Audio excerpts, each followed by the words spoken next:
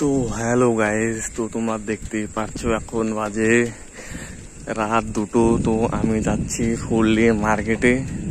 তো সবাই একটু শেয়ার করবে আর ফলো করে দেবে। তো বেশি কথা বলবো না, তোমাদেরকে মার্কেটে গিয়ে দেখাবো, ঠিক আছে? তো চলো। তো দেখতে পারছো গাইস, অনেক রাত, এখন 2টো বাজে। তো মার্কেটে যাচ্ছি ফুললে। পিছনে ফুলের বস্তা দেখো। তো চলো মার্কেটে গিয়ে কথা হচ্ছে, আর কথা বলবো না।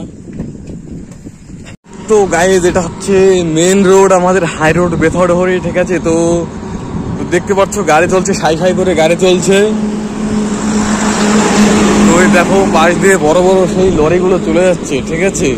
তো সবাই একটু শেয়ার করে দেবে আর ফলো টলো করে দেবে।